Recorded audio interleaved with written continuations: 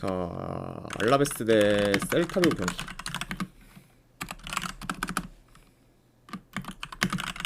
자, 일단 알라베스 같은 경우는 주전 미드필더 1명, 그리고 키퍼 1명이 결장 중입니다.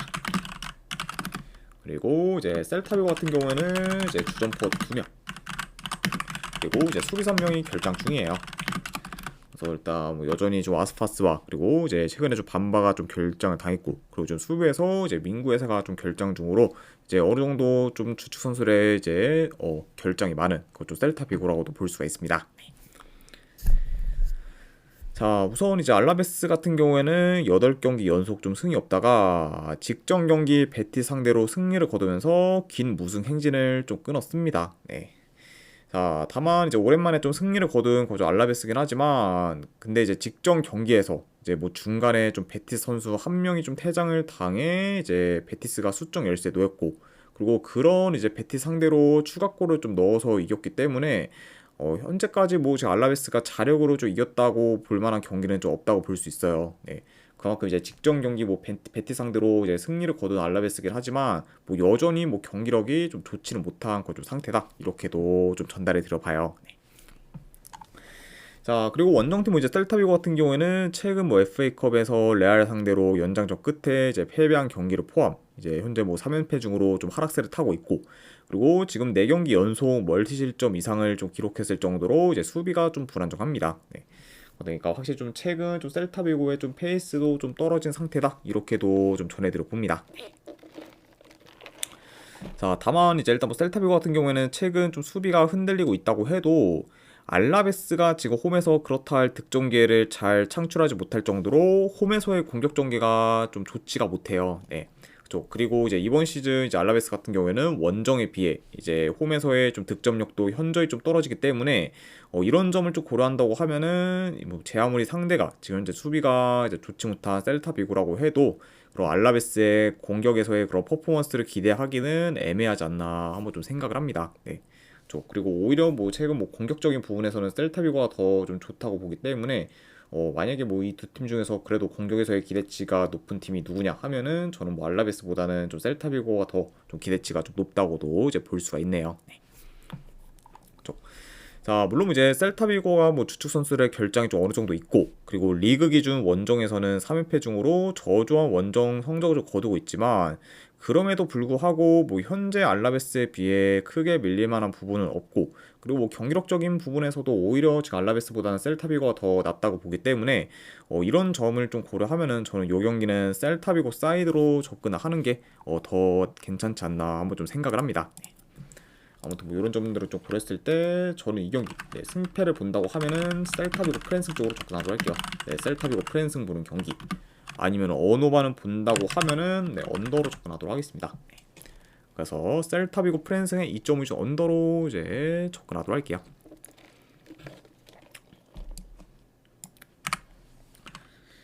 자, 그다음에 이제 세리아 경기, 베네치아 대 베로나. 자, 일단 양 팀 다 주전 미드필더 1명, 그리고 이제 수비수 2명씩 결장 중입니다. 자, 아무튼 이렇게 좀 양 팀의 그쪽 결장자 이슈에 대해서 간략하게나마 좀 말씀드려봤네요.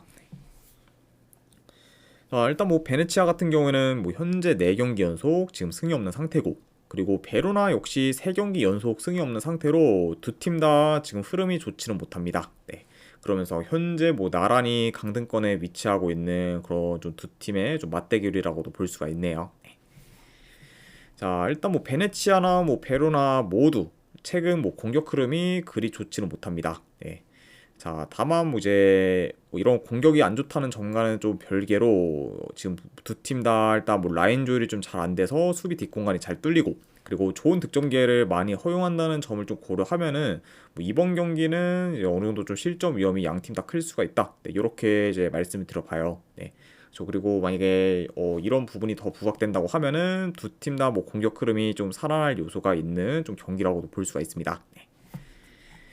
자, 물론 뭐 이제 베네치아가 홈이라는 점을 좀 간과할 순 없지만, 그래도 일단 뭐 최근 지금 베로나가 홈보다 원정에서의 성적이 좀 더 좋을 정도로 원정에서 더 강한 면모를 좀 보이고 있고, 그리고 이제 근래 뭐 볼로냐 상대로도 원정에서 좀 승리를 거뒀을 정도로 더 경쟁력 있는 좀 모습을 좀 보였기 때문에 뭐 이런 점들을 좀 고려한다고 하면은 뭐 현재 그래도 좀 베로나의 그좀 퍼포먼스가 더 좀 기대치가 좀 높다고도 보지 않을까 한번 좀 예상을 합니다. 네.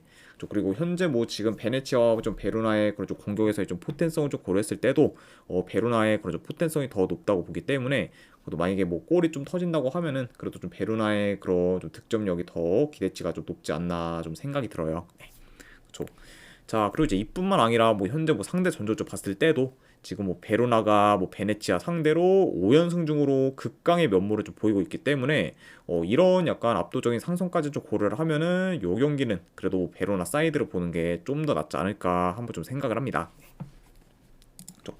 아무튼 뭐 이런 점들을 고려했을 때 저는 요 경기 승패를 본다고 하면은 베로나 사이드로 접근하도록 할게요. 베로나 프랜스도 보는 경기. 그리고 언오바는 본다고 하면은 오바로 접근하도록 하겠습니다. 네, 베로나 승에 2.5점 오바로 이제 가져가도록 할게요. 네. 자, 그 다음에 이제 제노아 대 몬차 경기. 자, 우선 뭐 제노아 같은 경우에는 큰 결장자는 없습니다. 그리고 이제 몬차 같은 경우에는 주전 미드필더 2명, 그리고 수비수 1명이 좀 결장 중이에요. 그래서 어느 좀 중원에서의 좀 전력 누수가 큰 그건 좀 몬차라고도 볼 수가 있습니다. 자, 일단 이제 제노 같은 경우에는 3경기 연속 이제 무패 행진을 이어가다가 직전 경기 홈 로마 상대로 패배를 하면서 이제 무패 행진이 끊겼습니다. 네. 저희가 뭐 최근 좀 페이스가 좋은 뭐 제노아라고 해도 홈 로마 상대로는 역부족한 거죠 모습을 보였던 거죠. 뭐 직전 경기에 건 제노아라고 볼 수가 있고, 그리고 원정팀 뭐 문차 같은 경우에는 한 달 전에 이제 보케티 감독이 새로 부임을 했지만 부임한 후 총 4경기를 좀 치렀는데 이제 1승 3패로 저조한 성적을 좀 거두면서 여전히 리그 꼴찌에 이제 위치하고 있습니다. 네. 그래서 일단 뭐 감독이 바뀌었는데도 불구하고 경기력에서는 크게 개선된 게 없는 그리고 좀 현재 좀 몬차다 이렇게 보시면 될 것 같습니다. 자, 아무튼 이렇게 좀 양 팀의 좀 최근 상황에 대해서 이제 말씀을 드려봤네요. 자, 일단은 뭐 여기는 좀 경기 양상 봤을 때 그래도 뭐 제노아가 홈에서 좀 템포 조절하며 경기를 좀 운영할 것으로 봐요. 자, 그리고 이제 몬차 같은 경우에는 원정에서는 전진성이 좀 많이 떨어집니다. 그리고 이제 공격 전개 또한 좀 좋지 못하다 보니까 이런 점을 좀 고려했을 때 이제 몬차가 좀 제노아의 그런 좀 수비로 공략하기는 다소 어렵지 않을까 좀 예상을 해봐요. 그러니까 약간 이런 점을 좀 고려했을 때는 뭐 제노아가 더 안정적으로 이제 경기를 좀 풀어갈 수 있다. 네, 이렇게 이제 한번 좀 경기 양상을 예상해 봅니다. 그러니까 뭐 이제 전반적으로 이제 뭐 제노아가 홈에서 이제 안정적으로 이제 경기 운영을 하면서 유리하게 좀 풀어갈 만한 그런 매치업이지 않나 좀 생각이 듭니다. 네. 자, 그리고 지금 뭐 최근 뭐 제노아가 뭐 자기와 비슷한 레벨 팀들 상대로는 대부분 이기면서 강한 면모를 좀 보였고, 그리고 현재 뭐 몬차보다 흐름이나 이제 공수 밸런스 그리고 경기력적인 부분에서도 더 낫다는 점까지 고려하면은 이 경기는 그래도 뭐 제노아 사이드를 보는 게 좀 더 낫지 않을까 한번 좀 생각을 해봐요. 네. 아무래도 지금 뭐 전체적으로 이제 뭐 흐름, 뭐 공수 밸런스, 뭐 경기력 그리고 지금 몬차의 좀 상황이 많이 안 좋다는 점까지 고려했을 때는 뭐 제노아가 이제 뭐 밀릴만한 부분이 없다 보니까 이런 점을 좀 고려했을 때는 저는 승패를 본다면은 이거는 제노아 사이드로 접근하는 게 낫지 않나 싶어서 제노아 승 쪽 보도록 할게요. 네. 아니면 이거는 언어만은 본다고 하면은 언더 사이드 보도록 하겠습니다. 네. 일단 뭐 몬차 역시 지금 뭐 제노아 상대로 뭐 공격에서 뭐 크게 좀 부각이 좀 나타내기는 어려울 것으로 보고, 그리고 뭐 제노아 역시 이제 대체로 뭐 공격이 뭐 그렇게 좋은 팀은 아니기 때문에 이런 두 팀을 좀 고려한다고 하면은 이건 언더까지도 같이 보도록 하겠습니다. 네.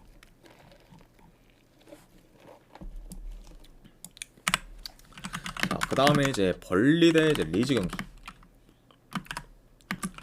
자, 일단 벌리 같은 경우는 큰 결장자는 없습니다.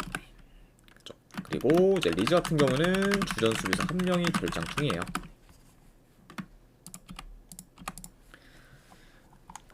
자, 일단 뭐 두 팀 다 긴 무패 행진을 이어가면서 좋은 행보를 보이고 있고, 그리고 지금 현재 뭐 세필드 유나이티드 그리고 썬더랜드와 더불어 이제 우승 경쟁을 이제 이어가고 있는 팀입니다. 네, 그렇죠.